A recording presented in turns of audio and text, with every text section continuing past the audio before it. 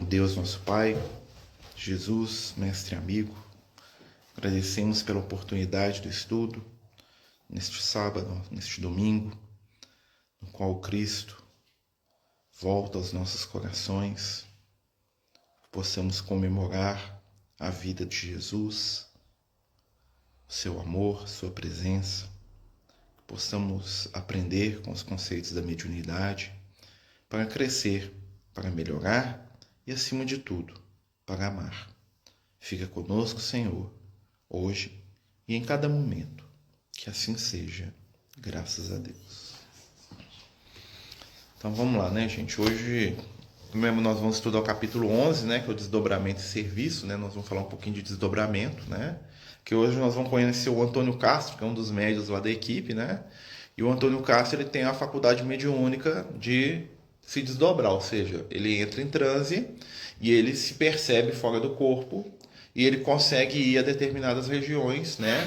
No caso dele ali, que ele está aprendendo ainda esse processo, ele vai ser sempre acompanhado da espiritualidade, né? Então a gente vai ter ali, né, o primeiro momento ali dele saindo do corpo, aquela coisa toda, né? E a gente vai notar que no caso dele em particular, como ele é um iniciante, né, acontece uma série de fenômenos com ele que não são, vamos dizer assim, comuns, né? O primeiro fenômeno que acontece com o Antônio Castro é o seguinte: ele sai do corpo e o corpo espiritual dele está todo descompensado, né? Um lado está maior que o outro, um lado está de uma cor maior que o outro. O que é isso?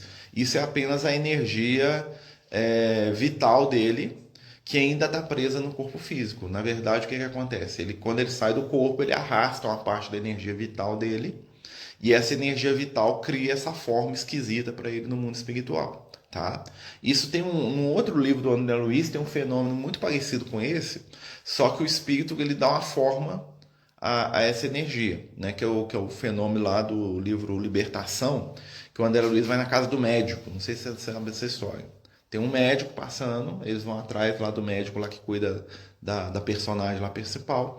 Quando eles chegam na casa do médico, eles encontram lá a família dele, encontram lá, ele tinha casado pela segunda vez, tinha um filho lá, né, e tal. E a esposa dele, né, uma jovem lá, bem novinha, né? E aí essa jovem, ela era um espírito muito desequilibrado, muito inferior, né? E o André Luiz fica surpreso com o nível de que ela era muito bonita, né? E aí depois do almoço ela briga com todo mundo, tinha um obsessor lá que era a ex-mulher dele que estava desencarnada lá e tal, né? E aí ela vai dormir depois do almoço, a famosa, né, cochilada de quem não faz nada, né? Que dá a entender que a moça que não faz nada da vida a não ser gastar e dormir, né? Que é a esposa do médico, a segunda. E aí quando ela vai dormir, passa alguns minutos, sai um monstro de dentro do quarto. Um monstro mesmo, né? Que o André fala, o que é isso? Quem que é essa criatura? Né? Tão horrível que o obsessor foge, né? O obsessor sai correndo. Jesus. O obsessor foge. E aí o espírito tá lá com o André Luiz, o Gúbio, ele fala pro André Luiz, isso aqui não, isso aqui é a moça. É a belezura. Ela se libertou parcialmente do corpo físico enquanto ela foi dormir. Isso é o que ela é de verdade. A aparência, aquela moça linda, era aquilo ali, né? Um monstro, a criatura, pareciam aquelas bruxas das histórias de criança.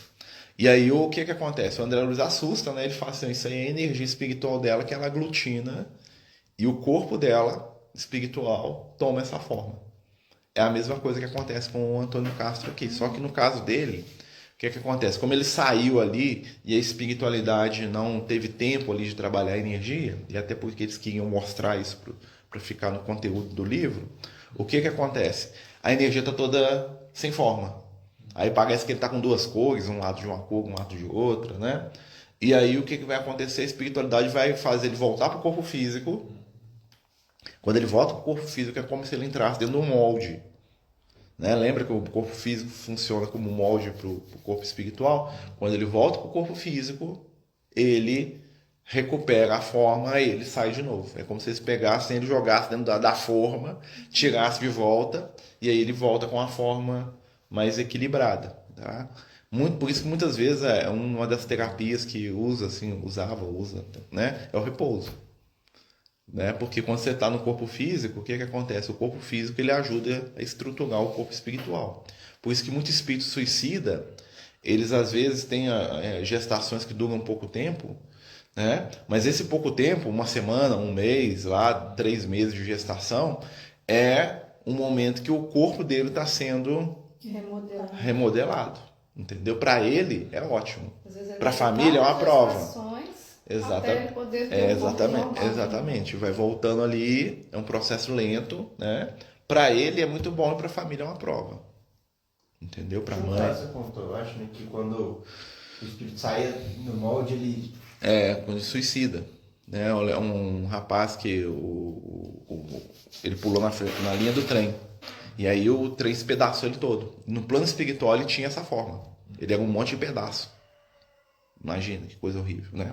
Aí o que acontecia? A espiritualidade pegava aquilo, trazia, eles faziam um molde do corpo físico dele, como se jogasse os pedaços lá dentro, vamos dizer assim. Aí formava tipo um Frankenstein mesmo, todo cheio de remendo. Aí o que acontecia? Enquanto eles mantinham ele naquele estado, ele conseguia ficar. Aí eles iam tentando tirar. Quando eles tentavam tirar, para deixar ele por si só, a mente dele que estava presa no efeito do suicídio, voltava e ele estourava de novo. Aí eles pegavam de novo, aí eles trouxeram ele na reunião mediúnica, né? Por quê? Porque a reunião mediúnica, quando ele entrava em contato com a gente da reunião, ele pegava a nossa energia e a nossa energia ajudava a sustentar essa forma que eles estavam tentando manter para ele. Aí o que acontecia? Enquanto ele desassociava instantaneamente, depois que ele visitou a reunião algumas vezes, ele conseguia ficar um dia, uma semana, sem ter que passar pelo processo de novo. Porque ele já estava envolvendo na energia dos encarnados, exatamente. Quando o desencarnado vai renascer e aí ele não consegue ainda sustentar, aí acontece o aborto. É isso. Uma das causas. Uma das causas. É uma das causas. Primeiro, ele não está sustentando, né? O espírito não dá conta. Segundo, tem a questão do laço entre a mãe e o filho, principalmente. Tem a questão do medo do espírito de reencarnar. Tem vários fatores. Tem a questão do medo da mãe de receber o espírito.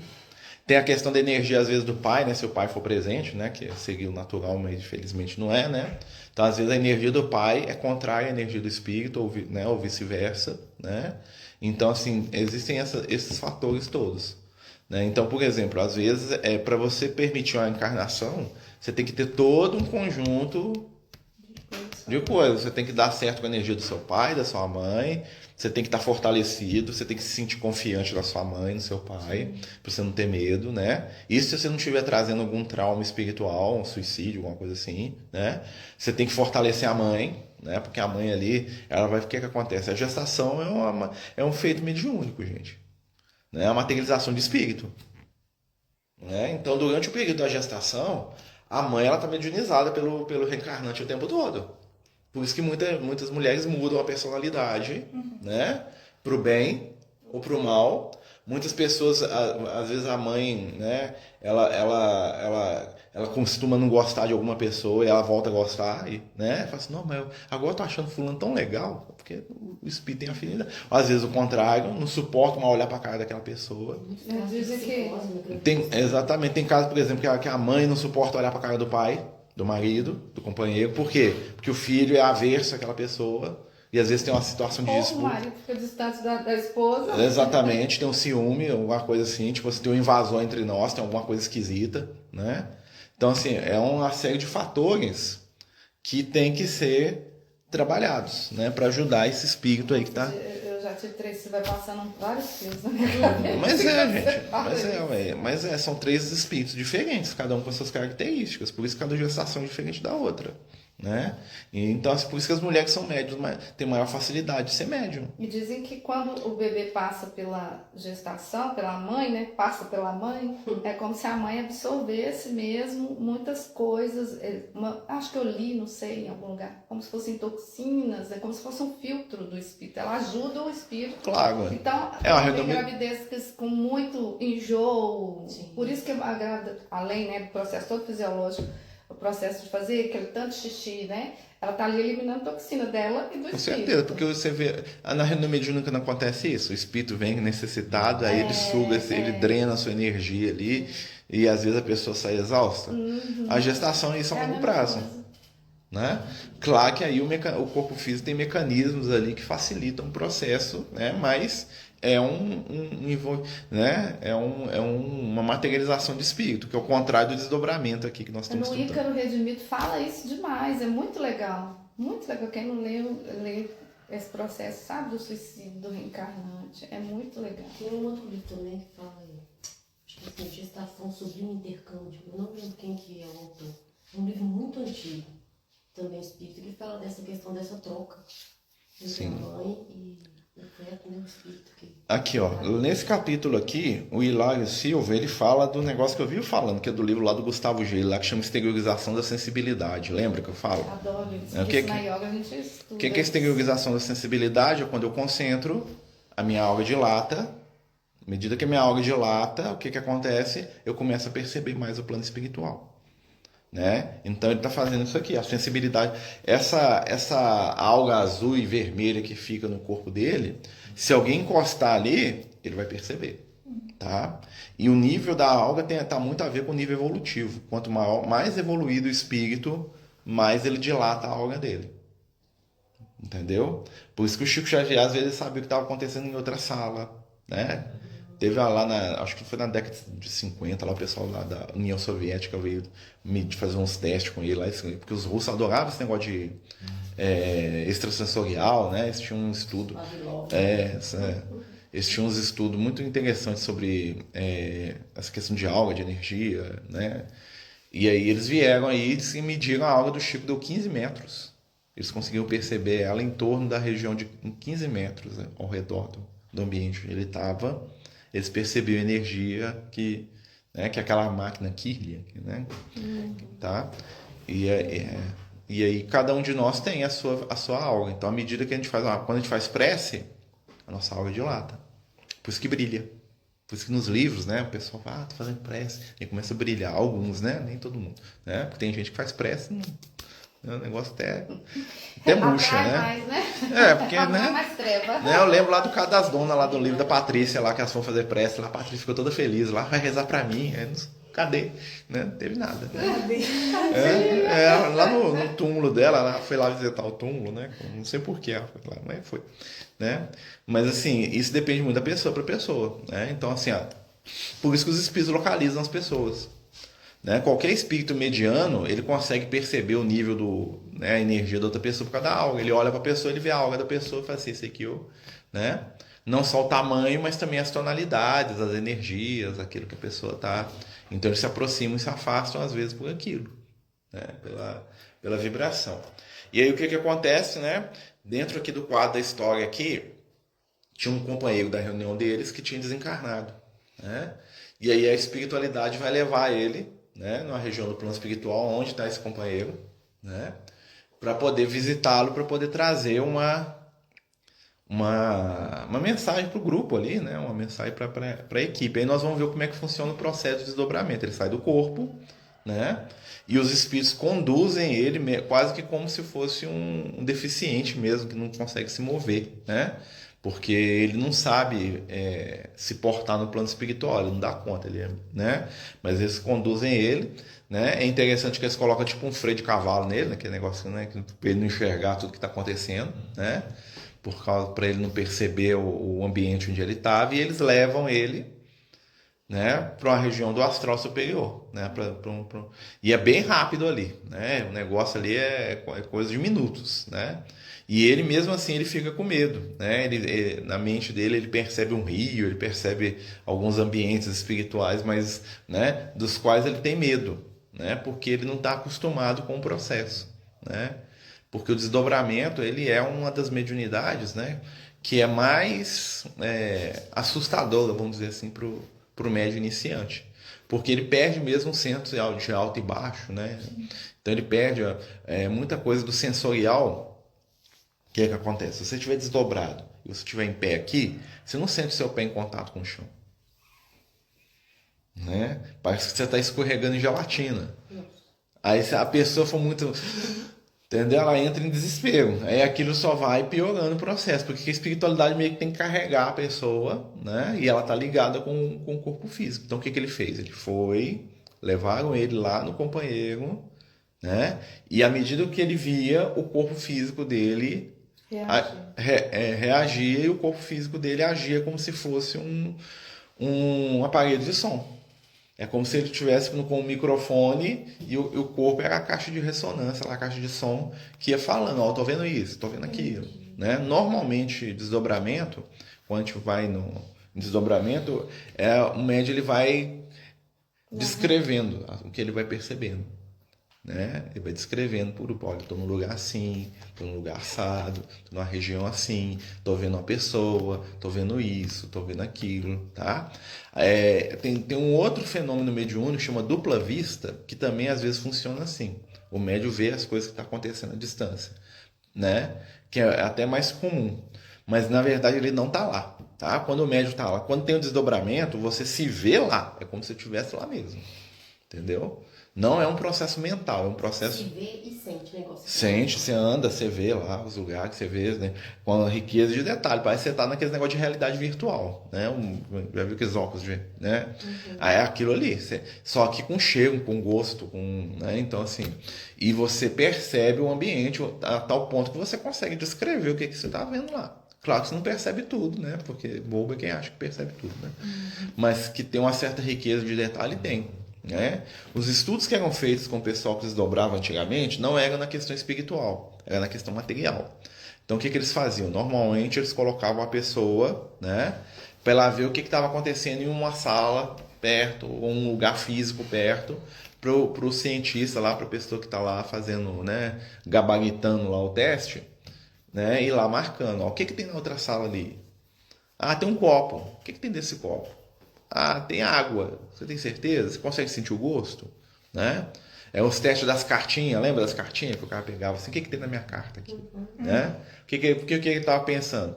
A pessoa saía do corpo e passava atrás, via o desenho e falava o que era. Né?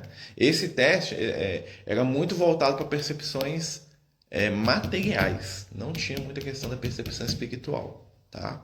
Até porque eles não cogitavam. O objetivo desses testes era espionagem, era fazer as coisas aqui no plano físico. Eles queriam ver o paranormal, né? Eles queriam ver o cara que fazia... né? O mais interessante é do lado de lá, se quer espionar, espiona quem está sugerindo. Mas aí o que acontece? A pessoa do lado de lá, eles não tem como comprovar o que ela está vendo, né? Eles queriam provar que o negócio existe, então eles faziam uma sala a 100 metros daqui, que a pessoa não viu, encher ela de objetos, entendeu? Eles queriam utilidade prática mesmo. Para a pessoa ir lá e ver o que era, né? E aí alguns, né, eu já estudei, já vi assim, tinha caso que o cara tinha 95% de acerto, acertava tudo.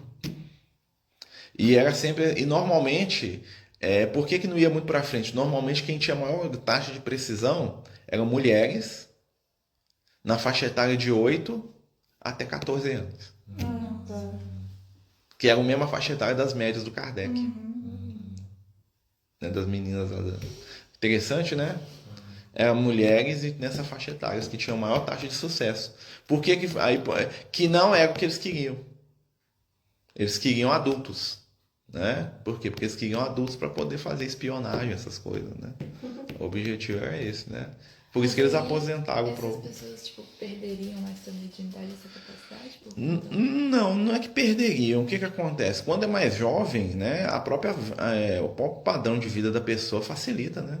Aí a pessoa fica velha, vai ter filho, vai ter casa, vai ter carro, vai ter sei o quê, pagar conta, trabalhar, preocupação, vai amortecendo isso, né? Só se a pessoa for uma pessoa que tiver toda uma condição só para ela lidar com isso, né? Tanto é que a mediunidade, ela, quando a gente é mais jovem, ela flui mais fácil. Se você não treinar sua mediunidade na juventude, depois, né, fica mais difícil. Né? Por quê? Porque a gente vai criando bloqueios mentais. A gente vai criando uma série de bloqueios mentais. Quando você já trabalhou, você já tem a mediunidade mais latente, você já trabalhou ela flui a encarnação inteira. Mas a melhor fase é a adolescência. A melhor fase para desenvolver mediunidade é a adolescência. É a fase mais difícil. Né? Então, normalmente... por você vê tanto jovem com problema mediúnico. Sim. né? Tanto jovem com problemas estranhos, né? Que sintoniza. Os jovens sintonizam demais uns com os outros. Você pegou o adolescente lá, o que um faz, o outro faz também. Eles estão tudo num transe mediúnico ali, conjunto ali, ó, né? Mas são fenômenos mediúnicos que às vezes a gente não percebe. Cadê o moço aqui?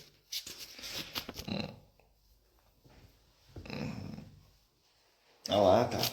2 guardas aproximaram-se dele e aplicaram à cabeça um capacete em forma de antolhos. Antolhos aqui negócio, né? Aqui, para ele não poder perceber o que estava lá. Por quê? Porque ele não tinha capacidade evolutiva para entender o que estava ali, né?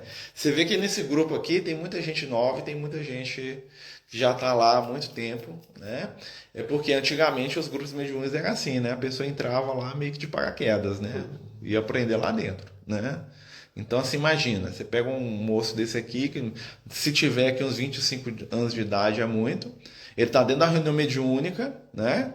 Ele vê aquelas coisas acontecendo lá, tudo, né? Com certeza nunca deve ter estudado doutrina espírita, ou o mínimo lá, uma leitura ali antes, não sabe nem o que está acontecendo com ele direito.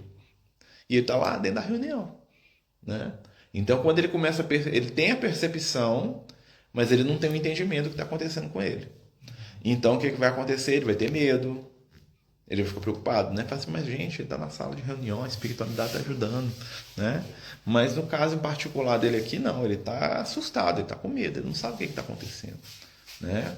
Apesar de terem médios mais antigos lá, mas é assim, você vê que os que estão lá há mais tempo, eles estão lá trabalhando, eles não têm tempo para ir lá e, né? Talvez depois da reunião, conversar. E sem contar que a mediunidade é diferente também, né? Né? A mediunidade da Cecília é diferente da Eugênia, que é diferente da dele. Então, assim, são percepções, situações que são totalmente diferentes. É por isso que hoje em dia a gente fala muito dessa questão de estudar, da gente, né? Ah, lá ele falando aqui, olha só, é o relato dele do plano espiritual. O trio volitou, né? Se pegaram eles, né? Em sentido oblíquo, né? Sob nossa confiante expectação. Desde este momento, demonstrando manter segura comunhão com o veículo carnal, ouvimos-lo dizer por meio da boca física, ou seja, estão levando ele e ele começa a repetir, né? Seguimos por um trilho estreito e escuro. Tenho medo, muito medo. Rodrigo e Sérgio amparam-me na excursão, mas sinto receio, os 2 espíritos estão levando ele. Tenho a ideia de que nos achamos em pleno nevoeiro. Ou seja, ele não está acostumado com desdobramento. Né? Na verdade, estão no nevoeiro por quê? Porque ele não está conseguindo perceber as regiões que estão em volta dele. Né? Aqui, estampando no rosto sinais de angústia e estranheza continuavam. Que noite é essa? A escuridão parece pesar sobre nós. Ai de mim! Vejo formas desconhecidas agitando-se embaixo, sob os nossos pés. Quero voltar. Não posso prosseguir. Não suporto. Por quê? Porque esse fenômeno aqui é como esse que a gente estava falando da pessoa que acorda sem acordar. Ele está consciente do que tem no mundo espiritual à volta dele, né? E ele não sabe como lidar. E o que acontece? Quando a gente está no mundo espiritual, quando a gente está em desdobramento, quando a gente está dormindo, e tem alguma coisa que nos incomoda, a primeira coisa que a gente faz é o quê? Voltar para o corpo. É instintivo. Né? Então, o que acontece? E ali ele não estava conseguindo fazer isso. O instinto dele dizia, volta para o corpo. Entendeu? E ele não conseguia fazer. É como se porque os espíritos estavam segurando ele para ele poder fazer, né? Que é a mesma coisa do que acontece com uma pessoa que desencarna e fica presa no corpo, né? Ela morre, ela está num ambiente que é estranho para ela, com que ela não está acostumada. Qual que é o primeiro movimento que ela vai fazer? Tentar voltar para o corpo físico. Ela volta para o corpo físico, na hora que ela volta para o corpo físico, o corpo está lá em decomposição, está lá aquela coisa. Aí ela expulsa de novo, porque ela ficou horrorizada com o corpo físico. Aí ela vai, tenta sair. Aí ela sai, assusta, tenta voltar de novo. Ela fica presa nisso. É literalmente. Exatamente isso que é a perturbação espiritual. Meu Deus, né? do céu. Que para alguns espíritos dura séculos. Né? Por isso que o corpo físico ele decompor é bom. Porque aí acaba. Dura uns anos. Não dá pra você pegar ali naquela coisinha. Aí você imagina os povos lá do Egito lá que mumificavam. Né? Colocava as coisas mais queridas lá dentro. Exatamente. O que é a pirâmide, o sarcófago, a tumba? Era uma armadilha para o espírito. O espírito ficava lá preso séculos.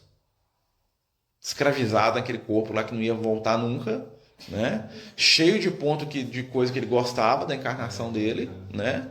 Então aquilo é uma prisão. Facilitava mais ainda o apego. Eu tenho uma dúvida. É uma prisão. Só se o espírito fosse muito superior, ele libertava daquilo imediatamente, né? Mas a maioria ficava lá, ó. Maldição do faraó lá, ó. Assombrando Agarrado lá. às vezes ficava, tem um livro que eu li acho que do Rochester, que o espírito ficou 700 anos preso lá. Nossa. 700, olha. Deus credo. Só uma dúvida. Quando a gente pega lá do faraó, Neptah, não, mentira, a da novice faraó, que aí tem aquele... A 1-7. Isso, que fica meio que sondando a menina A minha lá. já.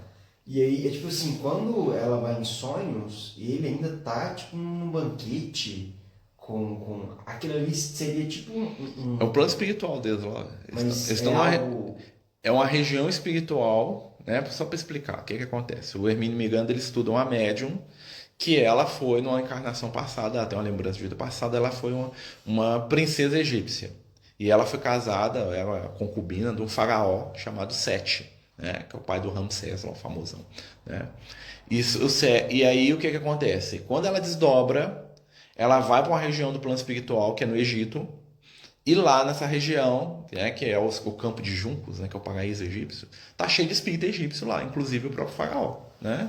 E ela fica indo lá, voltando e contando coisas de lá, né? Esses espíritos, eles estão no plano, eles estão numa região espiritual própria deles lá, né? Claro que eles estão mentalmente presos naquilo, né? Porque, né, o Sete viveu há 3.000 anos atrás, né? Mais 4.000, né? Então você vê, o espírito tá daquela situação até hoje, né? Mas eles não são maus, eles estão lá revivendo o passado deles ali. tipo um browzão. Não é um umbral. É um umbral porque é uma região do plano espiritual, mas não é um umbral porque não é uma coisa ruim. Mas é uma coisa estagnada. Existem muitos planos espirituais que refletem as expectativas das pessoas. Tá, é diferente nesse caso, e quando vocês estão falando disso, é diferente, mas, por exemplo, quando você citou o seu avô. É isso que eu ia perguntar agora. É diferente porque o que acontece? O que aconteceu com o meu avô é uma coisa de curto prazo. E foi pelo merecimento dele? E foi uma coisa que a espiritualidade fez para ajudá-lo a lidar com a desencarnação. Foi uma necessidade. Porque ele é um espírito mais simples, mas não é um espírito... É como se fosse pelo junta-junta e a energia dele. O outro lá é o seguinte, lá você pensa assim, milhares de egípcios criaram o mundo espiritual deles. Entendi. Né? Hoje, né, o livro lá da década de 60, né? Então você pega, o que tem disso lá? Claro que não tem mais 1 milhão de espíritos lá, deve ter mas pode ter uns 10.000. Eles sustentam aquele ambiente. Né? Na época que o Egito era, né, que eles acreditavam naquilo, todo mundo que desencarnava queria ir para lá. Era o nosso lar deles. Né? Então, assim, existem muitas regiões no plano espiritual que refletem os gostos e as crenças religiosas das pessoas que desencarnam. Tipo um Valhalla da... Como tem o Valhalla, como tem lá o Campos Elíseos dos gregos, como tem o paraíso, o Jardim Infinito da Igreja Católica, né? Que é o paraíso cristão, né? Que nem é paraíso cristão, né? Que é o campo de grama infinito, né? Isso existe no plano espiritual. Porque o pessoal fica sentado na grama lá, você faz, né? Claro, né? Como tem alguns lugares que refletem igrejas, né? Então, assim, existem essas regiões do plano espiritual? Existe. Existe um lugar onde reúne lá os filósofos gregos, esse lugar onde, né? O que acontece é que os espíritos superiores, eles têm mobilidade nisso. Ele vai lá, ele conversa com aqueles lá, fala assim, meu filho, tem mais que isso aqui no universo, meu filho, não é só, né? Não é só aqui, ficar aqui debaixo da coluna aqui, né, compondo poesia pela eternidade, não, vamos, né, vamos. E normalmente o que acontece? Esses espíritos reencarnam, porque eles são atraídos pelos companheiros deles no plano físico. Aí ele vai dar uma voltinha no plano físico, não quer ver, fica. Aí vai libertando dessas coisas. Mas o plano espiritual, ele é muito vasto. Mas muito vasto, né? Como tem lá o paraíso lá dos árabes, lá com as 50 virgens, eles lá tem. Porque tem mulheres que desencarnam, né? E que estão dentro daquele conceito religioso e acham que ela tem que ser as virgens do homem-bomba. Né? Eu lembro essa questão é muito... eu lembro quando eu era criança, a minha avó ia sair de casa, minha avó materna, e aí eles tinham um hábito, eu acho que tem até hoje, de rezar para as almas cuidar da casa. Né? Você já viu isso? Eles acendem uma vela para quando saía as almas cuidarem da casa. As almas. Né? E porque aí saía e as almas iam lá vigiar a casa da pessoa. né? Aí eu ficava encafivado com aquilo, que eu já tinha uma mediunidade assim, né? Eu ficava vendo os espíritos lá dentro. Aí um dia, muitos anos depois, quando eu já era adolescente, estava conversando, eu lembrei disso. Eu falei, seu Lucas, que negócio é esse? Né? A pessoa acende uma vela lá e os espíritos vêm, né? Aí eu falei, mas isso existe? Eu vi lá na casa da minha avó, a mulher fala que isso não atrai espírito. Aí ele falou assim, mas quem que você acha que são os espíritos que vão atender enquanto alma? Hã? Os familiares, né? As pessoas que têm a mesma fé. As pessoas que passaram a vida toda acendendo vela para as almas, quando elas desencarnam, elas estão lá no plano espiritual, elas veem uma vela acesa, elas acham que elas têm que ir e proteger, porque agora elas são almas. Ou seja, a minha avó desencarnando, né?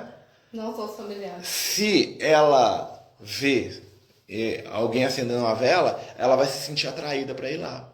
Porque dentro da crença que ela construiu na mente dela, acender uma vela, as almas aparecem. Se eu sou uma alma, acender uma vela, eu vou. Não é que a espiritualidade obriga, não é porque a vela tem um poder. A mente da pessoa acredita que aquilo ali existe. Você vê, a gente acha que a gente achava, né, que desencarnar não fazia nada.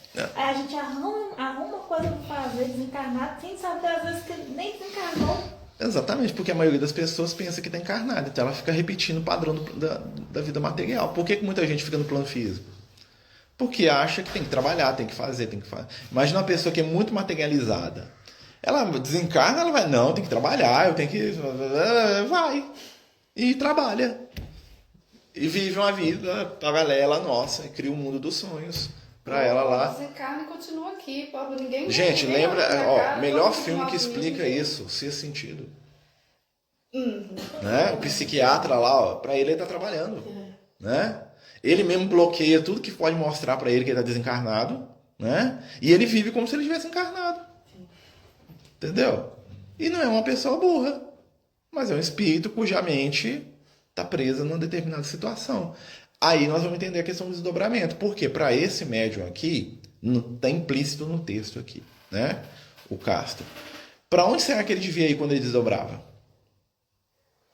Para a zona inferiores, por causa da... Qual que é a reação dele ao desdobramento? De dissipar o... Medo. Tá de medo. Então, quando ele desdobrava sozinho, o que ele devia perceber nos desdobramentos dele? Coisas que o assustavam, ele devia ir para regiões.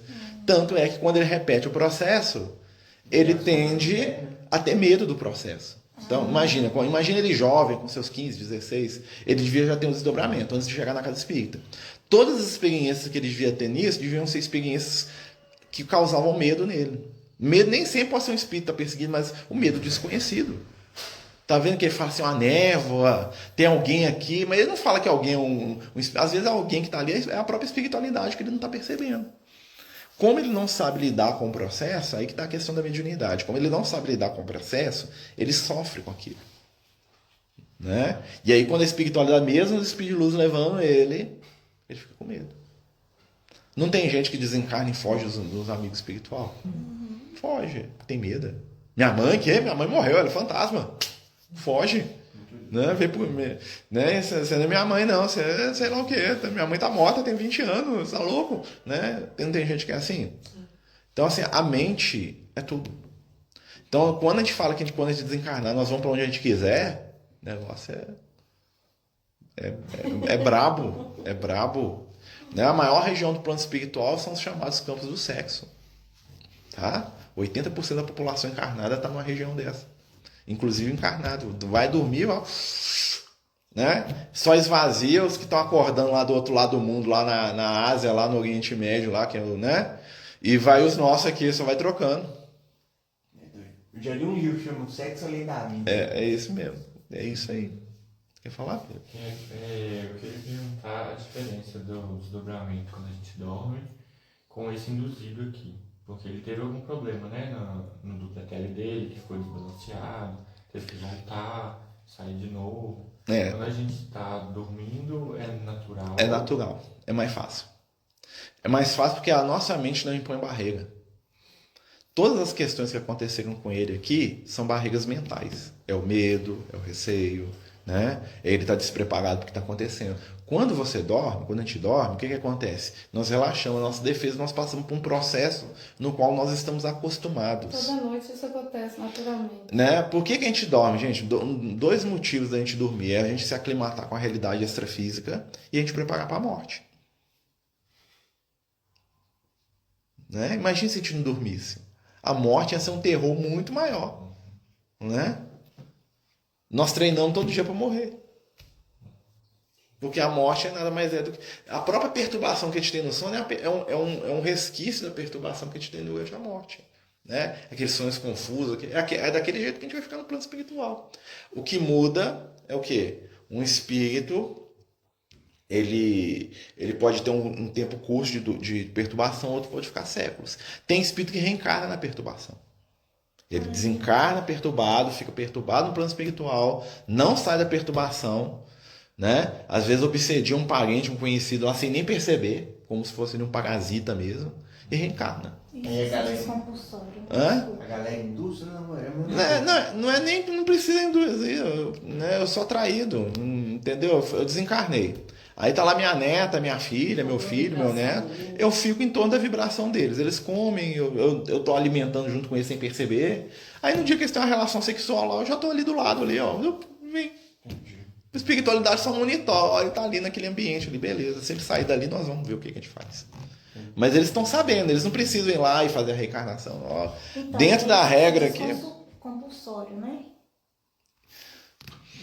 É compulsório porque ele não escolhe, né? Porque às vezes o que acontece? No vocabulário, muita gente entende compulsório, tipo assim, espiritual pega, vai reencarnar, meu filho, entra no corpo aí. Né? É compulsório, mas não é, vamos dizer assim, é espontâneo. Né? Porque assim, como é que a gente pode explicar? É compulsório porque tem um livre-arbítrio da pessoa.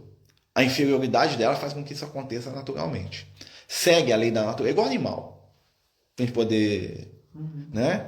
Como é que o animal reencarna? O animal ele reencarna no automático. Desencarnou o princípio espiritual dele, primeiro da espécie que estiver passando por perto e tiver condição de reproduzir, já é atraído, cruzou, já voltou. Sim. Não precisa. Né? Claro que a espiritualidade pode ir lá interferir. Eu peguei lá o espírito lá do cachorrinho e vou levar lá pro nosso lar, vou dar um corpinho para ele. Ele vai ficar aqui, sei lá, 10, 15 anos, depois ele volta. Mas se eles tirarem aquilo, é atraído. Precisa necessariamente da ação da espiritualidade Não. um animal reencarnado?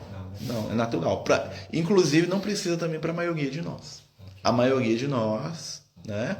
Tem um texto lá do André Luiz, no livro Evolução em Dois Mundos, que explica isso. Ele fala lá das tribos primitivas, lá do homem das cavernas, né? Fala que a pessoa desencarna e ele se vê no ambiente da floresta, o mundo espiritual dele é a floresta, né? Que constitui o campo de pensamento que era a vida dele. Ele vê a floresta, né? Que o assusta, o André Luiz fala assim, que o assusta, e ele vê os espíritos superiores que julga deuses, e ele teme. Quando ele teme, ele sai da floresta e volta para onde? Para a tribo.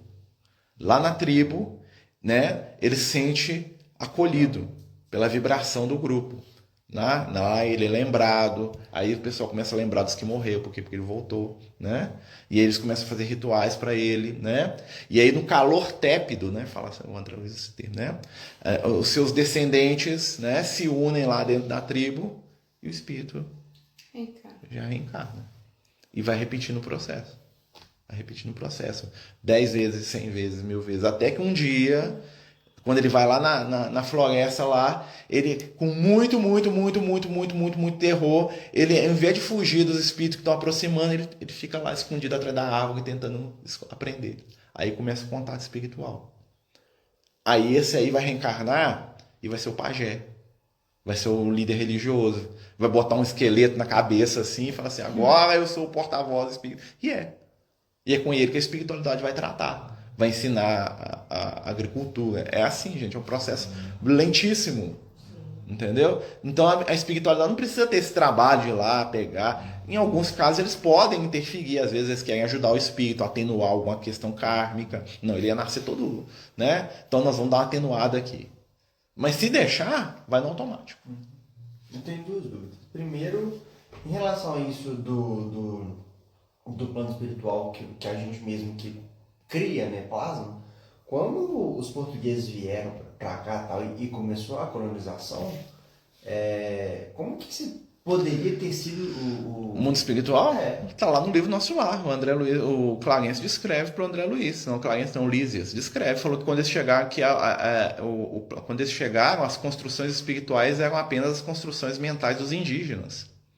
E eles fizeram um trabalho de desbravamento no plano espiritual para começar a construir as cidades espirituais. Quem fez foi já os espíritos evoluídos, né? Os portugueses médios ali. Os que davam conta ajudavam, né? Mas eles que criaram aquele ambiente espiritual ali do nosso lar. Eles fizeram uma limpeza porque antes o plano espiritual era uma selva, né? Então eles começaram, a presença de outros espíritos começou a modificar a realidade espiritual daquele ambiente, né? E aí começou a construir as cidades, as colônias espirituais. Aí eles começaram a trazer os espíritos mais simples que davam conta. E aí foi fazendo essa troca. Ao mesmo tempo que os espíritos que vinham, por exemplo, né, o que aconteceu? O processo de colonização não foi só um processo de colonização, foi um processo de escola. Porque os espíritos lá, né, cheios de problema, né, vinha tudo reencarnar ou na África, para vir como escravo, né? Ou então reencarnava como índio. E aí eles iam misturando. Entendeu? E aí eles iam se reencontrando, iam passando por experiência, né? Aquele que nascia numa condição melhor, às vezes, abusava e voltava como escravo, aí o escravo voltava como senhor, e eles iam trocando de papel. Para se entenderem. O objetivo no entendimento. Né? Então maltratei, fiz muita coisa. Meu filho vai dar, né? A brincadeira que os espíritos falam. Falam assim, chamaram um monte de espírito europeu lá, aqueles arrogantes, falaram assim, nós vamos pro Brasil. Eu falei, quer, ué. Só que antes eles pousar lá na África, lá, né? Vocês vão pro Brasil, gente, mas não do jeito que vocês querem, vieram tudo como escravo, né? Para aprender lições, né? Que eles mesmos impunham. Aí o que acontecia? Eles reencarnavam, aí eles viravam senhores. Aí quando eles viravam senhores, eles cometiam os erros de novo. Né? Oprimia, volta lá para você aprender o que é passar. E aí foi nascendo. Essa troca de reencarnação é que nos ensina. Sentir o que o outro sente é o maior mecanismo de crescimento espiritual que existe, não tem outro. Fico imaginando que aqueles espíritos, né, que trabalhavam pela liberdade dos escravos foram brancos que foram escravizados e Entenderam o recado, né? E falou, pá, vamos trabalhar aqui, vamos juntar. Não só eles, né? Justamente também os próprios escravos. Por isso que eu fico assim. Tem uma coisa interessante sobre sonho, né? E sobre desdobramento, é a gente sempre lembrar o seguinte: o desdobramento, como sonho, a gente não tem percepção total do que está acontecendo. Né? Então, muitas vezes o que a gente vê, o que a gente percebe, seja no sonho é até menos do que no desdobramento. A nossa mente vai interpretar aquilo do jeito que a gente dá conta. Então, muitas coisas que a gente percebe durante o sono ou durante o desdobramento, a gente tem que fazer uma filtragem. Na reunião mediúnica, é mais fácil que você tem lá o grupo, tem um dirigente que vai te ajudar a filtrar aquilo ali. Né? No sonho mesmo, quando a gente desdobra em sonho, nós temos que lembrar que nós vamos trazer a informação e o nosso cérebro físico ele vai transformar essa informação, né, de acordo com os nossos conceitos. Né? É aquela questão que a gente estava falando. Por exemplo, vejo uma mulher muito bonita. Eu sou espírita. Eu crio lá um clichê mental. É irmã Sheila. Eu sou católico. É Maria. Entendeu? Eu sou hindu. É Vishnu. Entendeu? Olha, às vezes é o mesmo espírito. Mas eu vou vestir aquele espírito com o meu conceito. Né? Tem um espírito muito bonito. O que é bonito para mim? O que é bonito para o outro? Né? Tem um espírito que parece muito sábio. O que representa sabedoria para mim? O que representa... Então a gente vai vestindo a nossa percepção. Eu lembro que você falou da mãe, foi avisar por causa do ciúmes, que é uma víbora. Lá no Entre a Terra e o Céu. Né? Não é Entre a Terra e o Céu, não. Como é que é? É um dos livros do André Luiz. E aí a mãe acorda, a moça acorda, né? A avó fala com a neta, né? O ciúme é uma serpente, minha filha. A neta acorda, liga pra amiga e fala, nossa, eu tava sonhando com a minha avó, parecia uma cobra. Não tinha cobra nenhuma. A avó dela falou, minha filha, o ciúme é como uma serpente. Quando ela acordou, ela elaborou um sonho em torno daquilo, no qual tinha a avó dela e uma cobra tentando comer as duas. E aí ela liga pra amiga e fala assim, a cobra é a amante do meu marido. Ai, meu Deus. Ai, ai, ai. interpretou tudo errado, gente, né? A avó querendo acalmar a situação, foi que tem nada disso, mas por quê? Porque a mente dela queria um amante. A mente dela queria ela não queria ouvir que não tinha amante, ela queria ouvir que tinha. Ela queria que algo justificasse as desconfianças dela. Exatamente. Aí entra essa questão aí do nosso pensamento. Então, assim, o mundo espiritual... Gente, o mundo espiritual ele é muito maior do que a gente imagina. Não existe só um plano espiritual dos espíritas, não. Tem um dos livros do André Luiz que ele vai lá, que ele conta com a freira. É no Entre a Terra e o Céu. Né? Tem uma freira lá cuidando lá do Mário, um personagem... O Mário ou o Márcio, eu esqueci. Que é um personagem do livro. Ele tá doente, tem uma freira desencarnada rezando lá. Aí o André fala assim, você é uma frega, né? Tipo assim, ele é cheio de... O André Luiz é todos os preconceitos que você pode imaginar, né? O André Luiz, né? Por isso que ele tava lá, fazendo esse trabalho. Aí ele fala assim, que? Mas ela é uma frega, quer dizer que ela acha que ela... onde que ela vive? Aí o mentor conversou com ela, não, a nossa madre lá no convento, ela tem um convento no mundo espiritual. É, porque ele ajuda muita gente, então a madre mandou eu vir aqui rezar pra ele melhorar. Tinha um espírito desencarnado, uma frega rezando lá do cara. Né? E aí a freira tava com medo, falou assim, o Satã enviou uns demônios aqui, eu tava até com medo. Aí eu falei, não, pode deixar que nós vamos vigiar os demônios, pode? Nós vamos te levar lá pro convento. Aí os espíritos levam ela de volta a região no plano espiritual dos católicos, né? E até nisso tem um respeito desse, né? Olha só, né? Eu vou pegar lá a freira lá e levar lá pro nosso lar. Fala, não, minha filha, tu que você acreditava, vou te contar um segredo aqui. Tudo bobagem. Você não é freira mais, não. Aqui agora... Que não existe, nossa, passou sua vida perdendo tempo. Precisa ser freira, não. Você acha que o espírito não vai, gente.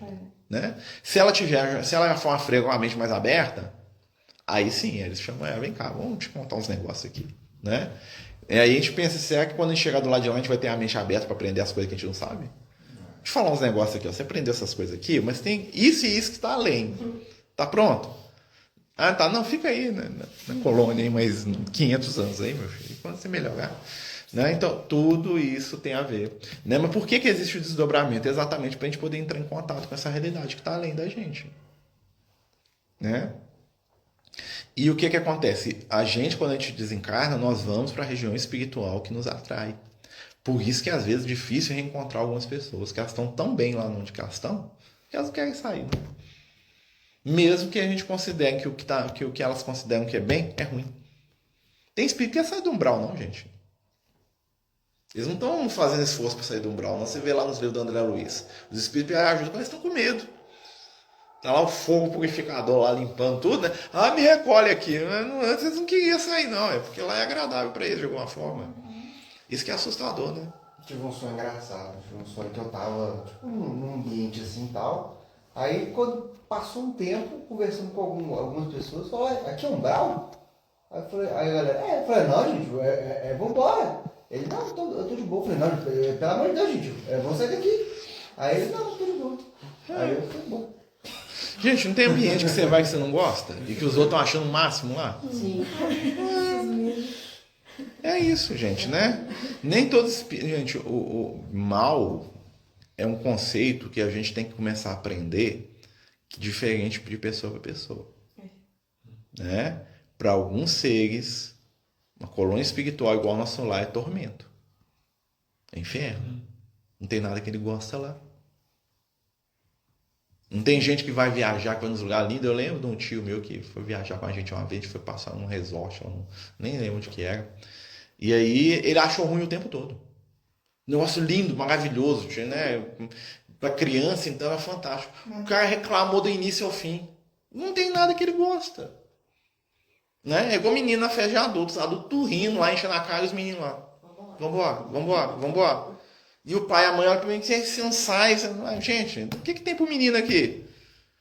Né? Não tem uma bolinha pra ele bater no chão. Só tem um monte de adulto enchendo a cara aqui, rindo, agindo igual idiota. Né? Um monte de energia pesada, às vezes, por causa do ambiente. O menino lá, né? Incomodado, sem ter o que fazer, né? Festa de aniversário de criança que é feito para adulto, né? Eu sou muito crítico disso, né? Que na verdade não é festa para criança, é um pretexto dos adultos fazer festa para eles. Né? Aí botam uns balãozinhos no canto lá, né? E enche a cara lá, e os meninos lá não sabem nem o que eles fazem, porque não tem nada para os meninos fazer. Né? É assim que nós somos, né? Vamos lá, nós temos que terminar para nossa parte. Quando a gente pega essa parte aí, eu acho que a gente já até conversou, mas eu não estava lembrado. Em relação a diferentes tipos de mediunidade, tem muito mais a ver, ou tem opções, tem mais a ver com o que a pessoa está mais acostumada, predisposta, ou tipo assim, não, nessa encarnação a pessoa vai desenvolver esse tipo de mediunidade para esse tipo de trabalho? Eu acho que tem as duas coisas, sabe, Vinícius? Porque o que acontece? Toda afinidade, toda aptidão, ela é desenvolvida através do esforço. Então, um artista, uma pessoa que desenha bem, com certeza ele tem uma história espiritual no qual ele trabalhou essa característica. Um engenheiro, com certeza ele vai ter uma história espiritual no qual ele trabalhou essa questão do construir, do fazer, né? Uma pessoa que trabalha na área da saúde, da mesma forma. Então, por que essa pessoa tem mais facilidade que a outra? Porque ela construiu através do esforço.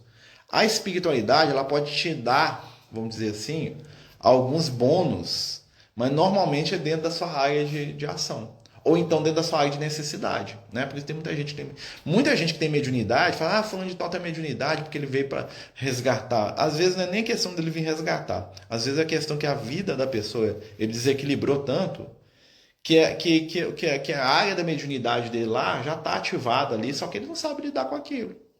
Entendeu? Às vezes a pessoa vem, às vezes, com a destreza manual muito grande, né?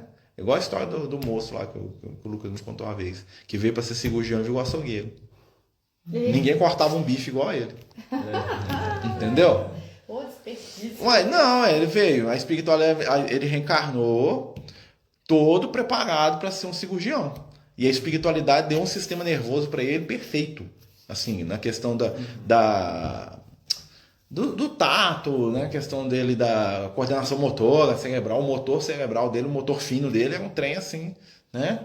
Por quê? Porque ele ia fazer cirurgia, ele ia pegar lá, né? O que aconteceu? Chegou, reencarnou com todas as possibilidades, não quis estudar. Aí não tem espiritualidade que resolve, não vamos baixar um diploma para ele aí, toma aí seu diploma, não vai, né? O que aconteceu? Foi trabalhar no açougue. Né? Ele trabalhava no açougue e o corte de bife dele era o melhor de todos. Todo mundo brigava. Não, que eu quero que ele corta. Por quê? Porque ele tinha todo um... Foi ser um ótimo churrasqueiro. Assim. Gente, ele ajudou as donas de casa. Né? Aí fala assim, a espiritualidade deu um dom pra ele que ele usou. Não deu um dom, ele deu uma oportunidade. Mas aí ele tem o livre-arbítrio dele, né? E ele pode ter, às vezes, ele pode ter sido um açougueiro mais... Ele pode ter evoluído mais como um açougueiro, talvez como médico. E era, como é que fala? É a escolha. A necessidade dele. É o que ele deu conta. Às vezes aí você pode pensar um monte de coisa. Pode ser que ele teve uma experiência traumática nesse campo no passado, aí ele ficou com medo. Inconscientemente ele cascou fora daquilo, porque estava com medo, sei lá, cair de novo. Entendeu? É uma coisa com a mediunidade. É uma coisa. Às vezes a pessoa tem uma percepção enorme do outro, né? O médium consegue ver a alma do outro, assim. Às vezes o cara usa isso para venda. Tem vendedor que é ótimo médio, ele vê o que você quer, o que você precisa, o que você gosta. Aí vende, bate toda a meta todo mês. Entendeu?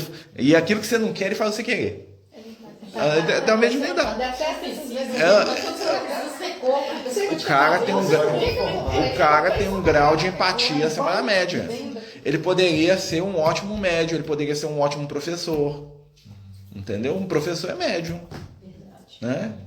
Fala aí, Pedro. Eu teve uma dúvida também, quando o caso estava dobrado, foi colocado aqui que se algum pesquisador humano ferisse o espaço em que se situava a organização perispírita do nosso amigo, extraria ele de imediato a dor de um golpe. Isso aí. Isso qualquer desdobramento? Não, no caso dele, que estava com, vamos dizer assim, estava tudo desequilibrado, descompensado. Né? Eu já vi casos, por exemplo, do médium que está aqui, às vezes sentado aqui, e a pessoa passa a mão assim, o médium sente. Incomoda. Tipo, não tapa nele. Tem uma sensação que é incômoda, ele não sabe explicar direito o que é, mas igual ele... o autista quando chega num lugar, aquele que não tem medo do toque. Chega um monte de gente perto, mas não encostou nele, ele já tá...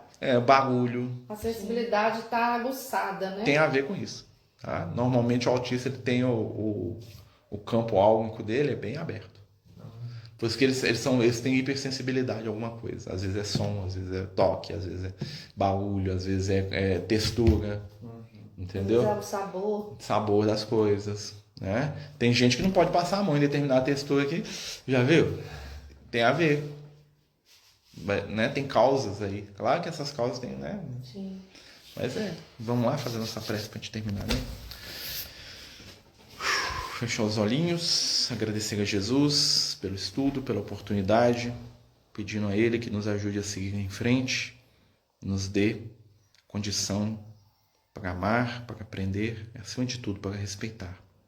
Fica conosco, Senhor, hoje e sempre, que possamos dar seguimento à nossa prática, intuídos e envolvidos pela espiritualidade maior. Fica conosco hoje e sempre.